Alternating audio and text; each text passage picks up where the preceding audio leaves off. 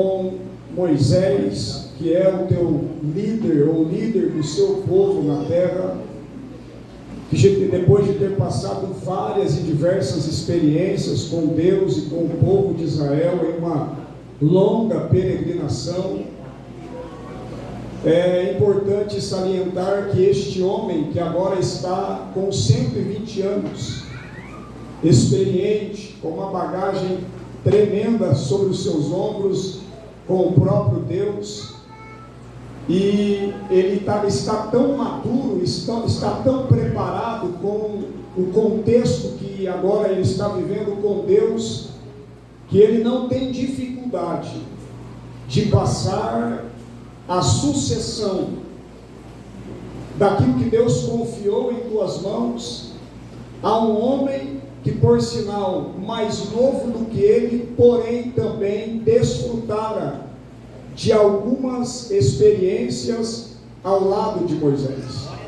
É difícil quando nós temos que passar por processos de transições. Nem todas as transições são boas, são agradáveis. Normalmente transições geram feridas na alma, dependendo do contexto. Normalmente transições remete a alguém que está deixando uma preocupação em relação a quem está ficando. É normal que quem passa algo de responsabilidade na mão de uma outra pessoa, uma preocupação, uma incerteza, uma insegurança, mas o texto lido mostra para nós um homem confiante, um homem que está seguro naquilo que ele está fazendo, porque o que ele está fazendo não está fazendo dentro de um propósito próprio, ele não está fazendo dentro de uma vontade pessoal, ele não está fazendo dentro de uma vontade individual, ele está fazendo algo que o próprio Deus estabeleceu para que ele fizesse. Moisés só está fazendo isso no final da vida, porque ele aprendeu a fazer isso no início da sua caminhada com Deus. Eu vou repetir: Moisés só tem a capacidade de entregar uma responsabilidade nas mãos de alguém, tendo a certeza de que vai dar certo, porque ele aprendeu a ouvir Deus no início da sua caminhada, e quem aprende no começo não sofre no final. Quem aprende a andar de forma ordeira, consciente de que Deus é aquele que chama, capacita, levanta, prepara, bendito é o nome do Senhor, acompanha, Ele dá as ferramentas necessárias. Quem começa bem com Deus, a probabilidade de terminar bem é muito grande. Em regra geral, isso não é uma verdade na vida de muitas pessoas, porque tem gente que começa bem com Deus, mas termina mal. E sabe qual é o segredo para começar e terminar? É não desistir. O segredo para começar bem e não terminar no meio do caminho é ter a consciência de que o segredo é permanecer andando com Deus. Bendito é o nome de Jesus. A Bíblia diz que Moisés, ele inicia a sua história nas páginas da Bíblia Sagrada, dentro de um contexto muito complicado. A Bíblia diz no livro de Êxodo, nos seus capítulos de número 1 e 2, que Israel está sob pressão e opressão, escravizada pelos egípcios. A Bíblia diz que eles estão centenas de anos, 430 anos, aprisionados, escravizados. A Bíblia diz que eles estão, parte desses 430 anos, oprimidos, sofrendo. E Deus está nos céus, de braços cruzados não. Deus está no trono, contemplando tudo que está acontecendo debaixo do sol. Porque se tem uma coisa que eu acredito, é que do olhar de Deus não passa nada batido. Eu vou repetir: no olhar de Deus não passa nada batido. Deus está contemplando os moradores da terra. A Bíblia diz, através do proverbista Salomão, que os olhares do Senhor estão fixos sobre toda a terra, contemplando os bons, mas também os maus, para dar segundo as obras um. E eu quero liberar uma palavra profética para alguém nesta noite. Eu não sei quais têm sido as tuas obras, se boas ou más, mas pensa comigo à luz das Sagradas Escrituras, uma hora a conta vai chegar. Se estiver fazendo o que é mal, o mal vai colher, conforme diz a Bíblia em Gálatas capítulo 6 e verso de número 6, tudo aquilo que o homem semeia, o homem vai colher. Agora eu tenho uma boa notícia para quem está fazendo coisas boas, boas obras, semeando a bondade e o amor, vai colher também aquilo que é bom de Deus. A balança de Deus é justa. A balança de Deus é justa. A balança de Deus não é enganosa. Deus trata conforme nós vivemos.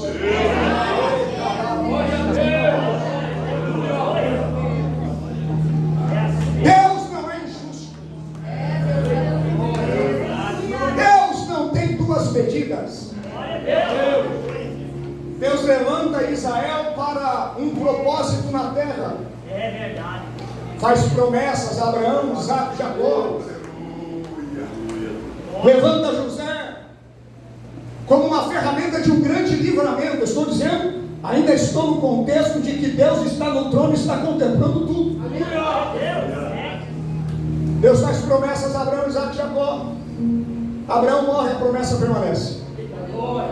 Isaac morre, mas a promessa permanece. Jacó morre, mas a promessa permanece. Deixa eu falar uma verdade, rasgar o verbo aqui. Deus falou que ia para falar tudo. Eu vou falar tudo aqui em nome de Jesus. Glória a Deus, aleluia. Deixa eu falar uma verdade para você. Essa é a história de quem tem promessa não morre, é conversa fiada.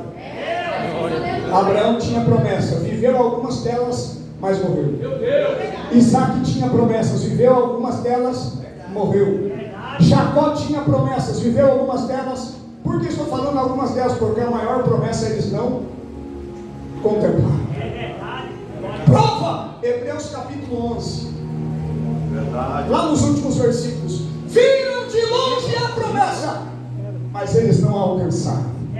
Mas morreram como se estivesse alcançado. Glória a Deus. Aleluia! Jacó morre e a promessa permanece de pé. E qual era a promessa? Farei da tua semente, Abraão, uma grande e poderosa nação. Abraão morre e a promessa permanece de pé. Isaac morre e a promessa permanece de pé. Jacó morre e tem 12 filhos. E a promessa está de pé. Um dia um dos filhos tem um sonho. Acorda de manhã, porque todo menino é extrovertido e animado e quer compartilhar aquilo que vive. Aleluia. José acorda de manhã entusiasmado. Olha, eu tive um sonho. Ele narra o sonho. Você conhece a história. E os irmãos que já não gostavam dele passam a odiá-lo. De repente, passam uns dias, ele tem outro sonho. E ele, na mesma euforia, revela o sonho aos seus irmãos na mesa do café. Logo os irmãos se enfurecem. O pai entende, mas fica calado.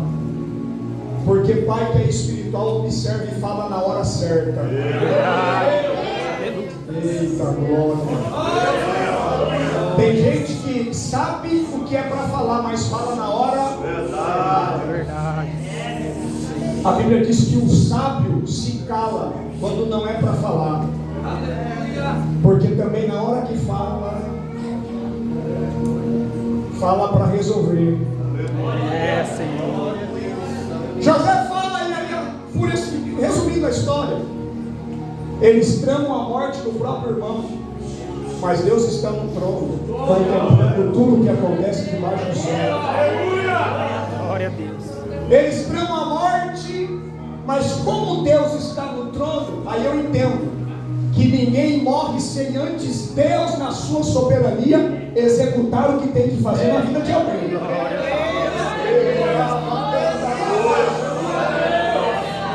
Eu quero falar com alguém que está pensando que é o fim. Não é o fim. Se a tua vida está na palma da mão de Deus, nada acontece fora do tempo.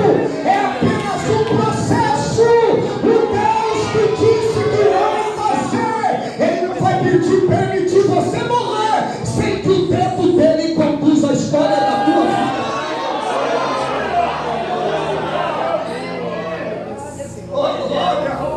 Tem gente aqui que não era para estar, mas Deus disse: não vai morrer.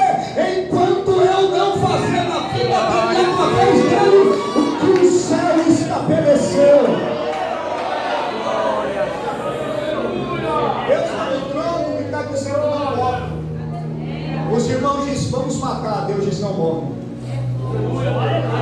Aí eu entendo que ninguém morre fora da hora. Se morreu alguém que você amava, é porque chegou o tempo. Verdade, Deus. Mesmo não estando preparado. Porque às vezes Deus tira para cá quem fica. E às vezes quem fica, Deus leva alguém que foi. Porque se ficasse, poderia acontecer graves problemas. Deus disse, não morre. Aí a Bíblia diz que eles vendem José, depois jogaram no poço. Resumindo a história, vendem para uma caravana que vinha de mercadores de escravos. José é levado para o Egito como escravo. Porém Deus está conduzindo a história de José, porque Deus está no trono e Ele não perde a vista do que acontece na terra. A Bíblia diz que José prospera, porque quem anda com Deus até no lugar errado vai prosperar.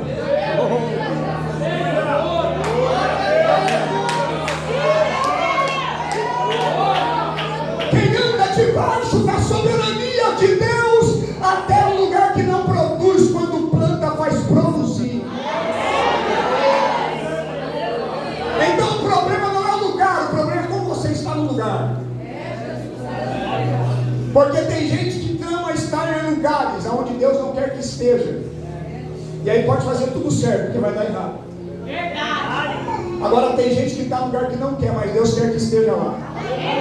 Aí tudo que faz, produz, prospera, dá certo. O nome do Senhor é glorificado. Porém, Deus, na sua soberania, sabe o que vai executar através de José. E o diabo, sabendo disso, faz de tudo para interferir no processo de Deus na história de Israel. Não era meramente perseguição. Não era meramente a mulher de Potifar que queria se deitar com ele. Você precisa entender que o diabo vai fazer de tudo para tirar do propósito. Mas Deus também vai fazer o necessário para te manter dentro do propósito, ainda que o processo seja doloroso. José é caluniado porque ele é crente. A mulher quer se deitar, mas ele foge. E quando ele foge, inventa uma história, sofre calúnia, vai preso injustamente, mas está dentro de um propósito. Eu disse que não é o lugar, é como você está no lugar. José vai para a cadeia, mas lá ele prospera. Porque quem anda com Deus e anda na palavra, o segredo é esse: vai prosperar em tudo que faz. Que é isso, pastor? Isso é jargão de pregador. Vamos de Bíblia, Salmo 1, versículo 1. Bem-aventurado o varão é varão, o ser humano que não anda segundo o conselho dos ímpios, nem se detém no caminho dos pecadores, e nem se assenta na roda dos escarnecedores. Versículo 2: antes, porém, tem o seu prazer na lei do Senhor, e nela medita de dia e de noite. Versículo 3 do Salmo 1: pois será como a árvore plantada junto ao ribeiro das águas, cujo fruto nasce na estação própria, as folhas não caem, mas tudo quanto fizer prosperará. Não é o lugar, é como você está no lugar. José permanece na palavra, no temor do Senhor, na presença de Deus, preso, mas na presença de Deus.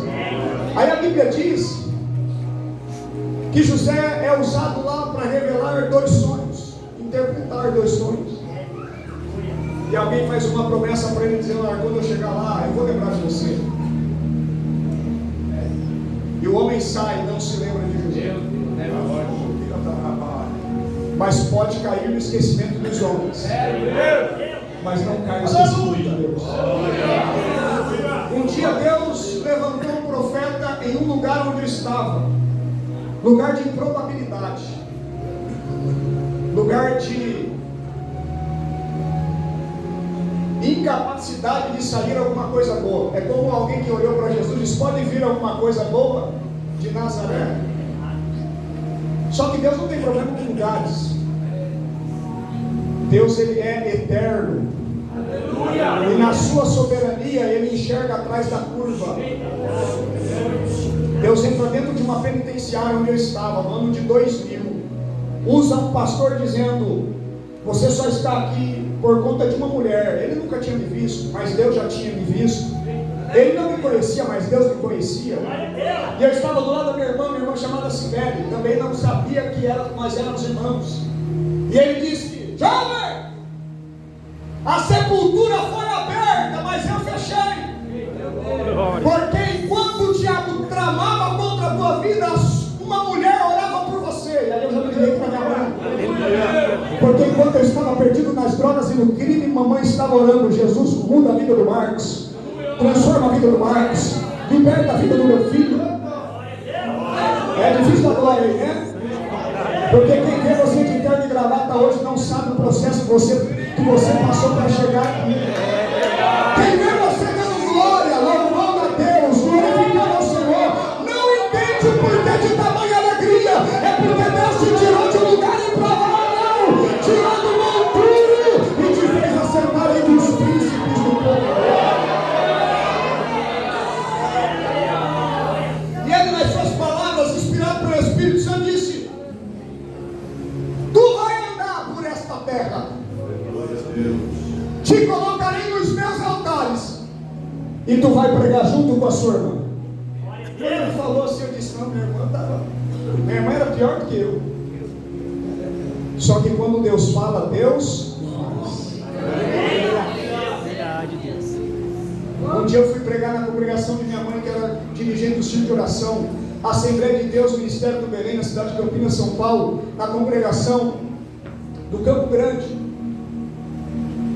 Eu preguei, quem estava lá à tarde da bênção, irmã Silvia. Quando eu fiz o apelo, quem levantou as mãos e foi para frente? A minha irmã Silvia. A minha irmã Silvia hoje é batizada no Espírito Santo. A minha irmã Silvia hoje casou com um presbítero da igreja.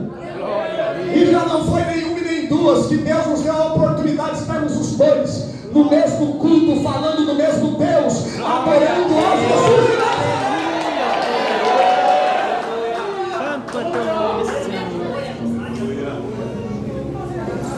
Aí, caído no esquecimento, chegou a hora de Deus se lembrar. Diga para a pessoa que está do teu lado: Deus vai se lembrar daquilo que precisa ser lembrado a respeito de você. Tu não está no esquecimento. Permaneça na vontade de Deus, é assim, é o segredo. Na hora certa Deus vai se lembrar de você. Na hora certa Deus vai te chamar você pelo teu nome. Mas esteja preparado. Porque o que adianta ser lembrado por Deus não se preparar para a oportunidade dele.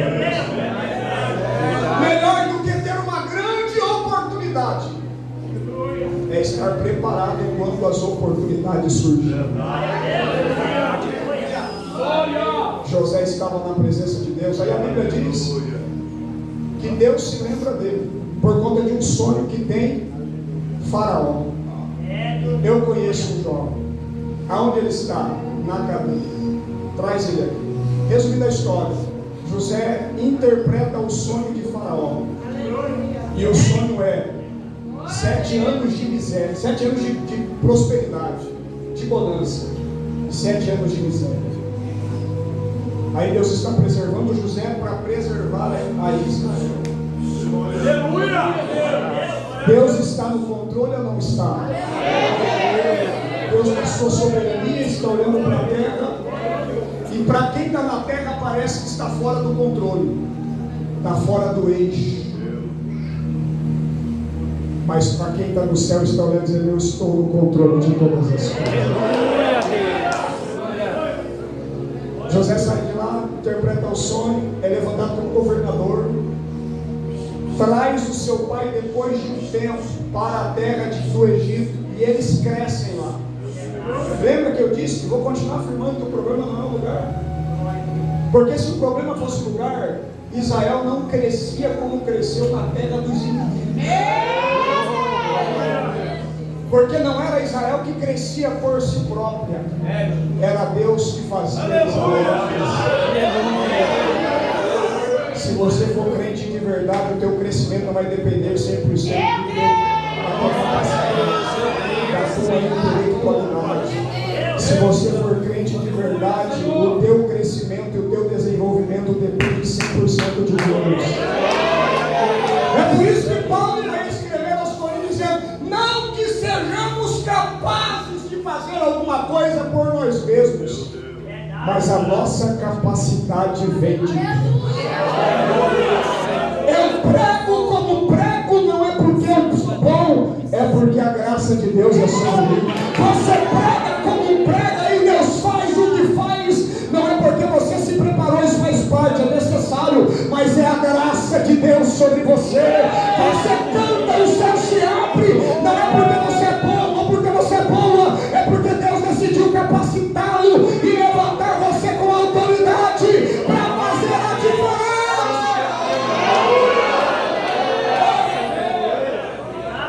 O povo cresceu, mas cresceu na terra dos inimigos. Agora eu quero aplicar de uma outra forma. Quem está crescendo no lugar errado, uma hora ou outra Deus tem que tirar de lá. Verdade, Deus. Deus nesta noite está me dizendo que vai tirar gente de lugares, porque está no lugar errado, e na maneira que está, Deus disse: não vai suportar, eu vou ter que arrancar de lá.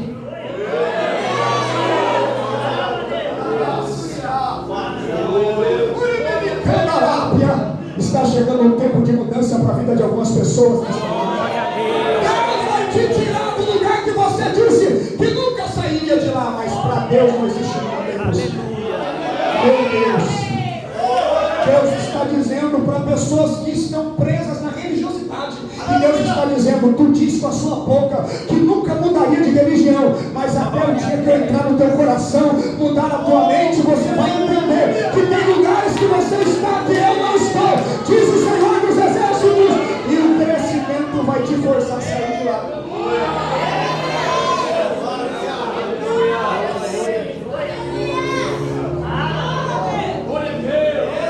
Eu sou natural de São Paulo, cresci lá, aceitei Jesus em 2000, ou entreguei minha vida para Jesus em 2000, cresci ministerialmente lá, quando na minha visão, eu estava no meu entendimento, galgando degraus ministeriais, eu disse: eu estou no caminho certo, é por esse caminho, na itinerância, pregando quase todos os dias. Minha esposa é testemunha. De 2013 para 2014, eu deixei a função de pastor local de uma congregação e comecei a atender agendas. Meu pastor supervisor, pastor Aguinaldo Betti, do canal EBD, foi meu mentor e meu pastor por alguns anos. E eu às vezes atendia algumas agendas que ele não podia atender. Eu estava bem. De repente, em alguns cultos como esse, Deus levantava alguém e dizia: ainda este ano, 2014, tu vai passar a fronteira. Eu disse: opa, vamos para a Europa? E todo mundo que prega a palavra de canta quer viajar, não é? É pecado nisso? Não. A itinerância proporciona essas oportunidades. Eu disse: eu vou preparar o visto, vou preparar o meu passaporte e vou ficar pronto para a oportunidade quando chegar. Fui em outro lugar. Deus: assim diz o Senhor meu servo, ainda este ano tu passarás a fronteira. Eita glória! E vai para outro lugar: meu servo, glória! Tu vai passar a fronteira ainda este ano. Falei: eu não sei para onde, mas a gente vai. Quando foi em outubro, eu estava entrando num ônibus, literalmente, porque meu carro não tinha condições de pegar a estrada. Estava vindo para a cidade de Apucarana, Paraná, trazendo meu sogro. Meu sogro estava vindo de mudança, de Campinas para Apucarana. E eu vim acompanhá-lo porque ele estava no tratamento de depressão. E quando eu coloquei os pés em Apucarana e vi questão social, casa, terreno, falei: aqui vai ser a minha parada. Voltei de Apucarana para Campinas, amor à primeira vista. Cheguei para minha esposa: amor, meu coração está queimando para ir embora para Apucarana. É loucura. Quem está ascendendo no ministério, 12 anos numa igreja, crescendo, passando por todos os processos ministeriais que o obreiro precisa passar, do nada de eu chegar para o meu pastor supervisor, estou indo embora do Paraná. Ele falou: rapaz, você está doido? Falei: Deus colocou no meu coração. Aleluia! Porque não adianta a gente relutar com aquilo que Deus está direcionando a gente a fazer. Aleluia! Deus me tira de Campinas e me põe no Paraná. Loucura, não é?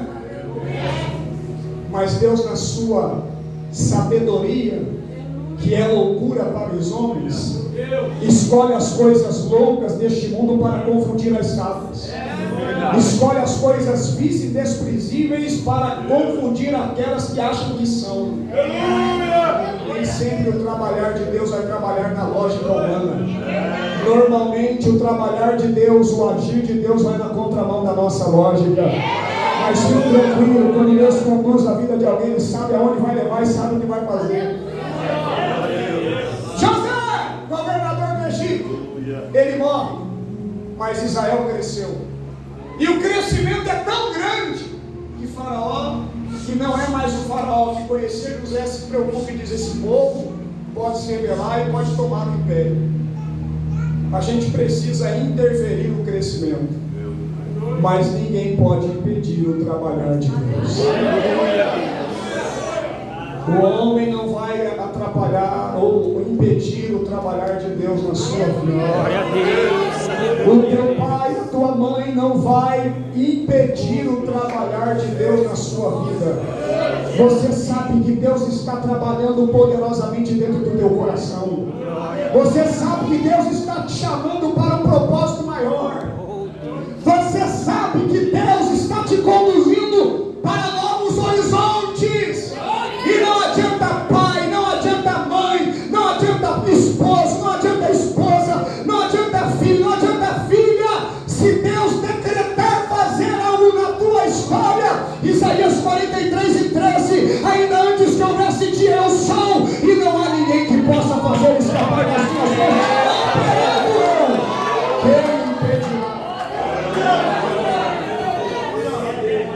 Deus está me mostrando aqui,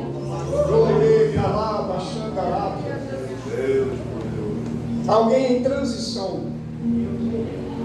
saindo de um estado, e não é um estado geográfico, é um estado espiritual. E Deus irá transportar pessoas para um outro nível espiritual. Isso aqui é coisa para comer. Se você não estiver ligado, tu não vai entender. Como Deus vai fazer.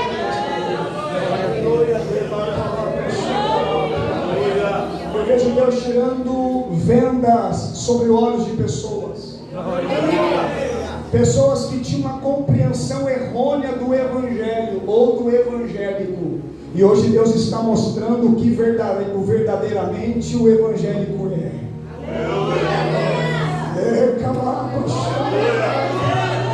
Deus trouxe gente aqui porque é uma luta do coração. Será que eu louvo? Será que eu me entrego? Será que esse negócio de aceitar a Jesus é o que eu devo fazer? Será que é isso que Deus está cobrando de mim? Não, não tem será com Deus. É o Espírito Santo que está te incomodando. E Ele vai confirmar esta noite a decisão que era para você ter tomado há muito tempo atrás. As portas estão se fechando, as provas estão se intensificando, a enfermidade chegou na família, portas que se fecham, não fecham por um acaso. É Deus chamando alguém para um propósito de salvação. Deus quer salvar a tua alma.